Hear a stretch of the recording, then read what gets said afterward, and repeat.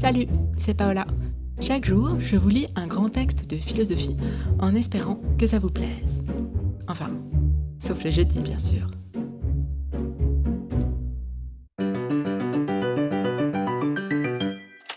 Semaine 2, ça promet. Aujourd'hui, lundi, un impératif catégorique.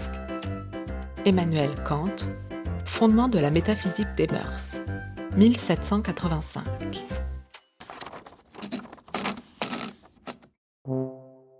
La philo dans le texte, une production, je discute.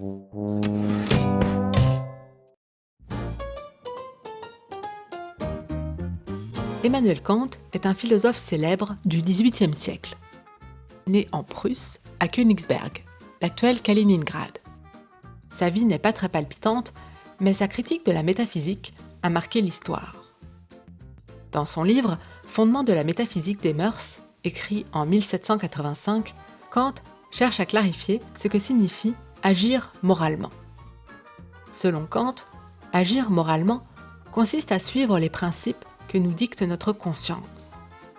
Ces principes d'action se présentent à nous sous la forme de « tu dois », de commandements impératifs, comme « tu ne mentiras point »,« tu ne tueras point », etc. C'est-à-dire sous la forme d'un devoir. Cette manière de concevoir l'expérience morale comme accomplissement d'un devoir est appelée déontologique, déon en grec voulant dire devoir. Ce n'est pas la seule manière possible de décrire l'expérience morale. D'autres philosophes considèrent en effet qu'on agit moralement quand notre action produit des conséquences bénéfiques dans le monde. On parle de morale conséquentialiste. D'autres pensent qu'on agit moralement quand on fait preuve d'empathie et de pitié. On parle de morale du sentiment. D'autres encore quand on s'efforce de devenir meilleur et de développer ses vertus. On parle de perfectionnisme moral. Mais revenons à la morale déontologique de Kant. Les commandements qui s'imposent à notre volonté comme un devoir moral, Kant les appelle des impératifs catégoriques. Ces commandements se caractérisent en effet par le fait qu'ils s'imposent à nous de manière absolue, indépendamment de notre intérêt. Tu ne dois pas mentir revient à dire « il ne faut jamais mentir, absolument jamais, même si cela doit te nuire ». Ces impératifs catégoriques de la morale doivent donc être distingués des commandements, des impératifs que Kant appelle hypothétiques. Un impératif hypothétique est un principe d'action, un « tu dois », qui s'impose à nous, non pour des raisons morales, mais pour des raisons pragmatiques, de prudence ou d'intérêt. Contrairement aux impératifs catégoriques, on y obéit donc non pas par principe ou par devoir, mais en fonction des circonstances et en raison des avantages qu'on peut en attendre. Par exemple, quand on dit « tu ne dois pas mentir parce que sinon on ne te croira plus », il ne s'agit pas là d'un principe moral, mais d'un simple impératif hypothétique. Dans la pratique, la distinction entre ces deux types d'impératifs, catégoriques et hypothétiques, n'est pas si simple. Et selon Kant, l'expérience à elle seule ne permet pas de prouver avec certitude que notre volonté suit bien les impératifs catégoriques de la morale et non son intérêt bien compris. Le soupçon peut facilement s'insinuer. Pour l'illustrer, Kant prend l'exemple de l'impératif moral qui nous commande de ne pas faire de fausses promesses.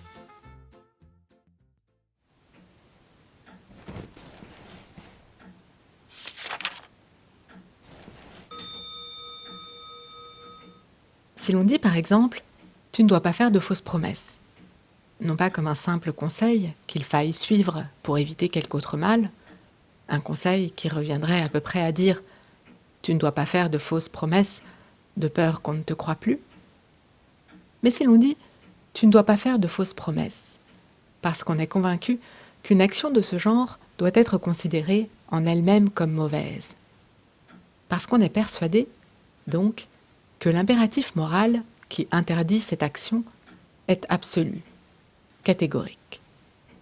On ne trouvera jamais d'exemple qui prouve avec certitude que la volonté suit avec ce précepte la loi morale, et non quelque autre mobile avantageux. même s'il semble bien en être ainsi. Car il est toujours possible que la crainte de la réprobation, peut-être aussi une obscure appréhension d'autres dangers, ait une influence secrète sur la volonté. Dans ce cas, le prétendu impératif moral « tu ne dois pas faire de fausses promesses », qui comme tel paraît catégorique et inconditionné, ne serait en réalité qu'un précepte pragmatique, qui attire notre attention sur notre intérêt et nous enseigne uniquement à le prendre en considération. Puisque l'expérience ne nous permet pas de prouver l'existence d'un tel impératif catégorique, nous avons donc à examiner tout à fait a priori la possibilité d'un tel impératif.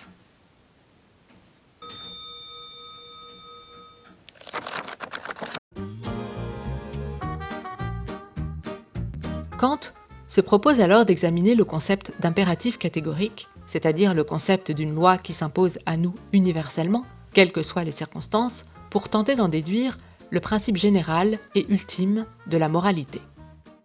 Kant va énoncer, au début du fondement de la métaphysique des mœurs, 3 formulations distinctes de ce principe général de la moralité, dont, selon lui, tous les impératifs du devoir peuvent être dérivés. Comme il le précise, ces 3 manières de représenter le principe de la moralité ne sont au fond qu'autant de formules d'une seule et même loi. Formules dont chacune contient en elle, par elle-même, les 2 autres. La première formulation de la loi de la moralité proposée par Kant et déduite du simple concept d'impératif catégorique est la suivante. Agis comme si la maxime de ton action devait être érigée par ta volonté en loi universelle de la nature. On peut le dire aussi plus simplement. Agis comme si les règles de ton action devaient être universelles. Pour savoir si le principe qui régit mon action est moral ou non, il suffit donc de lui faire passer un test d'universalisation. Que se passerait-il si la règle que je mets au principe de mon action ne régissait pas seulement cette action particulière, mais l'action de tous? Cela serait-il tenable, souhaitable? Si ça ne l'est pas, alors ma règle d'action n'est pas un principe moral, mais un simple précepte contingent que je me donne pour servir mon intérêt personnel. Car l'essence de la morale est de valoir universellement. Pour illustrer ce principe d'universalisation, Kant revient à nouveau sur l'exemple des fausses promesses.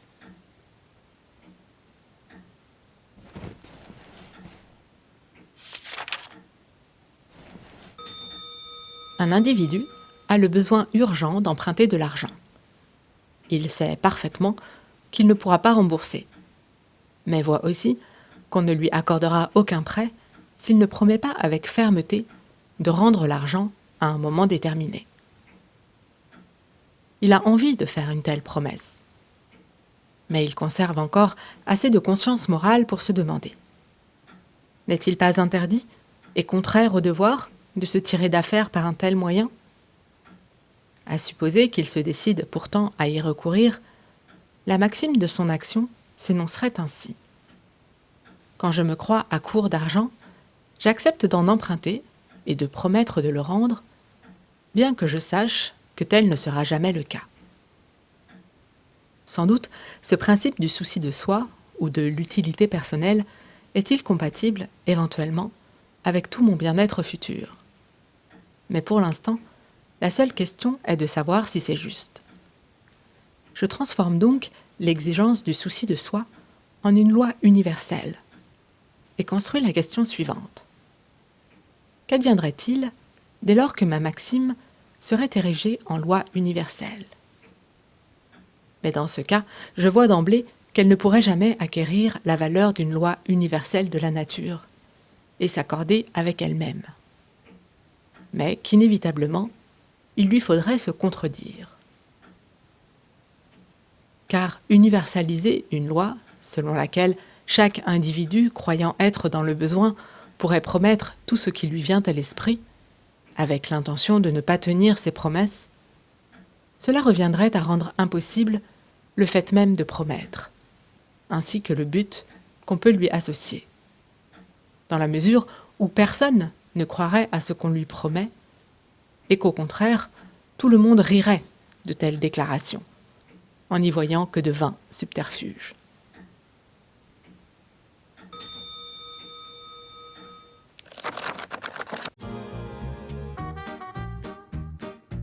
Kant poursuit sa démonstration et propose ensuite une deuxième formulation de la loi de la moralité qu'il énonce ainsi. Agis de telle sorte que tu traites l'humanité dans la personne de tout autre, toujours en même temps comme une fin et jamais simplement comme un moyen. On pourrait appeler ce principe le test de la finalité. Pour l'illustrer, Kant revient encore une fois sur l'exemple de la fausse promesse.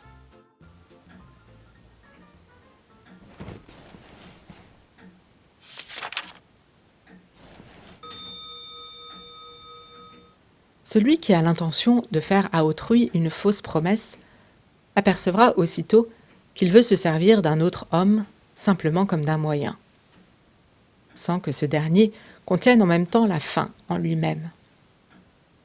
Car celui que je veux par cette promesse faire servir à mes buts ne peut absolument pas adhérer à ma façon d'en user avec lui. Il ne peut être ainsi lui-même la fin de cette action. Cette violation du principe de l'humanité dans d'autres hommes apparaît plus évidemment quand on tire les exemples d'atteintes portées à la liberté ou à la propriété d'autrui. Car là, il apparaît clairement que celui qui viole les droits des hommes a l'intention de se servir de la personne des autres simplement comme d'un moyen, sans considérer que les autres, en qualité d'êtres raisonnables, doivent être toujours estimés en même temps comme des fins, c'est-à-dire uniquement comme des êtres qui doivent pouvoir contenir aussi en eux la fin de cette même action.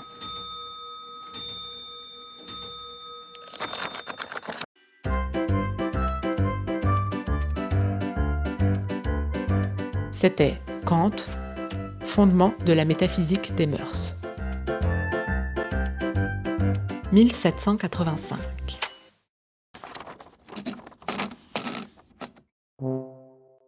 La philo dans le texte, une production Je discute, à retrouver tous les jours sur votre plateforme de podcast préférée. C'est bien! Si certains d'entre vous ont envie de se servir de ce podcast pour animer des ateliers philo, que ce soit au collège, au lycée, en médiathèque, dans des cafés, des salons, des centres sociaux, culturels ou dans plein d'autres endroits, vous trouverez tous nos conseils dans le lien en description. Et si vous avez des questions, des suggestions, des remarques sur ce merveilleux podcast, n'hésitez pas à m'écrire à paola@jeu-discute.fr. À bientôt!